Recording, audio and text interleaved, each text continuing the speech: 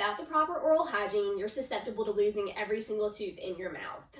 Today, I want to talk to you about the importance of dental hygiene. Before I decided to go back to school to be a dental hygienist, I was a dental assistant in a local office in North Augusta for 3 years.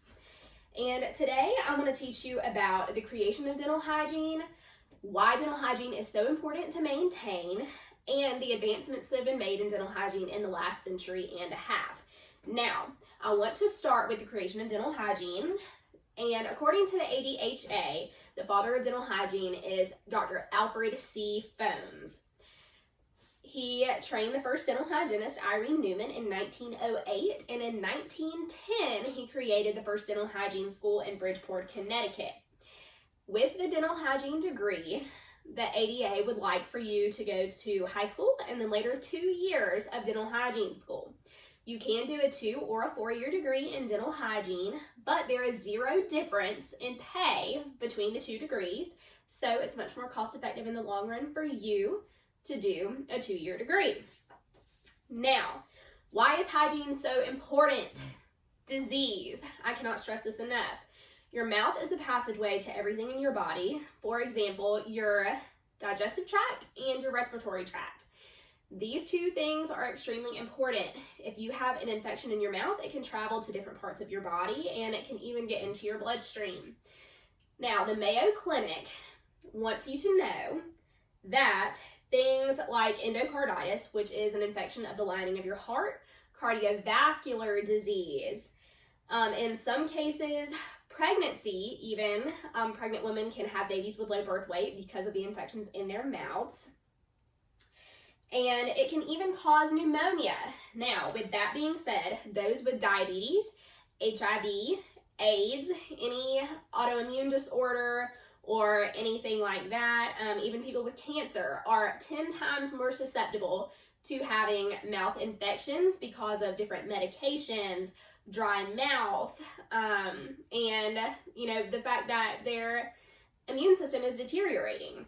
If you are one of those people, you want to make sure that you take even better care of your oral health. Now, in order to prevent this, I want everyone to brush and floss at least twice a day, and it wouldn't hurt to throw in a mouthwash here or there. No smoking, no vaping, and no chewing tobacco. Now, vaping is a controversial topic and people think that it is healthier, but it is not. It still has nicotine in it, just like chewing tobacco and cigarettes. With that being said, nicotine causes severe dry mouth. So the less saliva production that you have in your mouth can cause bacteria to sit on your teeth.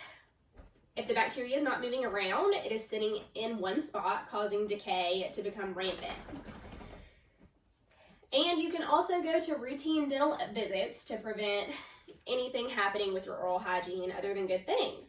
So your hygienist will take x-rays for you, polish your teeth, scale them, get all of the plaque off, and make sure that you don't have any decay starting that you need to get ahead of. Now, advancements in dental hygiene. Toothpaste was created in 1880. Before that, there was a tooth powder that people used to wash rag with. That was not very effective. The toothbrush in 1938, and fluoride toothpaste in 1950. As you all know, fluoride is one of the things that can strengthen your enamel to prevent it from having cavities. And the Crest and Oral-B company believes that you should be using an electric toothbrush. Now, Crest and Oral-B is one of the leading toothbrush manufacturers, but they are also one of the leading education companies for oral hygiene, and they come around to different offices, schools, and teach you about oral hygiene. With that being said, the electric toothbrush has an oscillating head similar to that of the polisher that they use when you get your teeth cleaned at the dentist office. And because this oscillates the puffy cut movement that they use at your local dentist office, you get a better clean during your morning and evening brushes. And lastly, the fully reclining chair was created in 1958 to make your dentist job a little easier and your job a little bit more comfortable as a patient.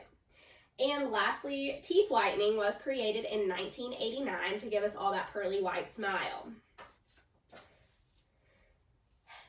I hope that you all learned an immense amount about dental hygiene and why it is so important today. And lastly, I want to remind you of our 3 points. So I want you to remember the creation of dental hygiene, why hygiene is so important to us as humans, and the advantages in dental hygiene in the last 150 years. Now that you know everything that I know about dental hygiene, I want you to remember to brush and floss twice a day in order to keep the sugar bugs away.